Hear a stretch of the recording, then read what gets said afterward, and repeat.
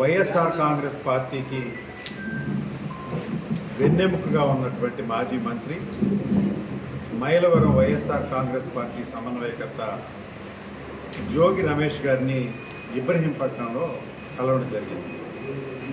రాష్ట్ర వ్యాప్తంగా జరుగుతున్నటువంటి విషయాలు ప్రజలందరికీ తెలుసు.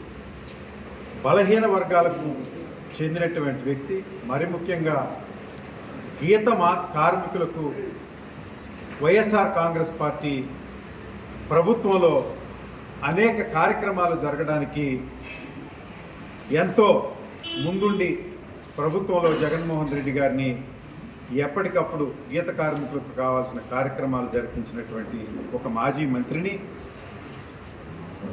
తెలుగుదేశం కూటమి ప్రభుత్వం కక్షగట్టి, అంటే ఎక్కడో జరిగినటువంటి ఒక లిక్కర్ స్కామ్ని ఈయన వెలుగులోకి తెస్తే తిరిగి వీరి మీదే కేసును బనాయించి 83 రోజులు జైలుకు పంపించడం జరిగింది.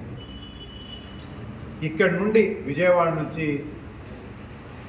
తంబళ్ళపల్లి వరకు, అంటే తమిళనాడు బోర్డర్లో ఉన్నటువంటి పోలీస్ స్టేషన్ వరకు సామాన్యుడిని తీసుకెళ్ళినట్టుగా ఒక మరి మనుషులు ప్రయాణం చేయడానికి వీలు లేనటువంటి వ్యాన్లో తీసుకుని వెళ్ళడం, కనీసం న్యాచురల్ కాల్స్ కూడా ఆపకుండా ఉండడం, జైల్లో ఉన్నప్పుడు కనీసం దోమతెర, అంటే మాజీ మంత్రికి ఇవ్వాల్సినటువంటి ప్రోటోకాల్కు విరుద్ధంగా నేల మీద పడుకోబెట్టడం, కనీసం దోమతెర ఇవ్వకపోవడం, గుడ్ నైట్ పెట్టుకుంటారంటే దానికి కూడా ఆమోదించకపోవడం, అక్కడ ఉన్నటువంటి ఆహారాన్ని ఇవ్వడం, ఇవన్నీ కూడా తెలుగుదేశం కూటమి నియంత్రిత పోకడలకు ఇది నిదర్శనం. జోగి రమేష్ గారిని మేము సాధించాము, మేము అణచుకొట్టామని కూటమి ప్రభుత్వం అనుకుంటుందేమో, అది నిజం కాదు. ఇది బలహీన వర్గాలకు, మరి ముఖ్యంగా గీత కార్మికుల మీద జరిపినటువంటి హేయమైన చర్యగా రాష్ట్రంలో ఉన్నటువంటి బలహీన వర్గాలు అనుకుంటా ఉన్నాయి, భావిస్తూ ఉన్నాయి.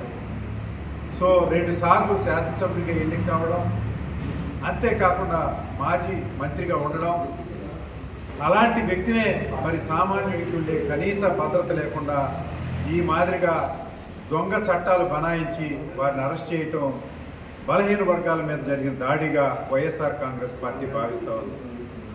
పార్టీ పొన్నూరు నియోజకవర్గంలో అత్యధికంగా ఉన్నటువంటి గీత కార్మికులు ఈరోజు గ్రామాల నుంచి నన్ను తీసుకొని వచ్చి ఇక్కడ రమేష్ గారిని కలవడం అంటే వారికి రమేష్ గారి మీద, వైఎస్ఆర్ కాంగ్రెస్ పార్టీ మీద, జగన్మోహన్ రెడ్డి గారి మీద ఉన్నటువంటి ప్రేమకు నిదర్శనంగా మేము భావిస్తూ ఉన్నాం.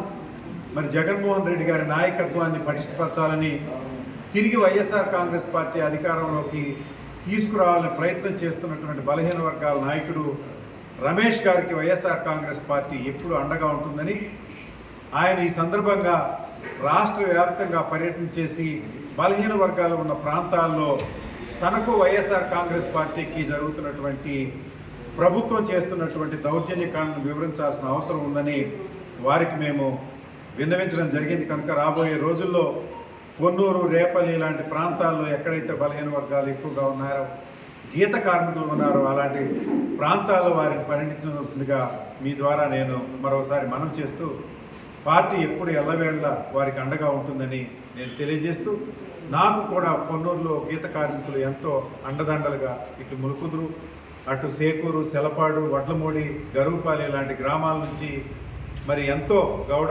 కార్మికులు నాకు అండగా ఉన్నారని వాళ్ళందరికీ నా కృతజ్ఞతలు తెలియజేస్తూ సెలవు తీసుకుంటాను. మీ అంబటి మురళీకృష్ణ.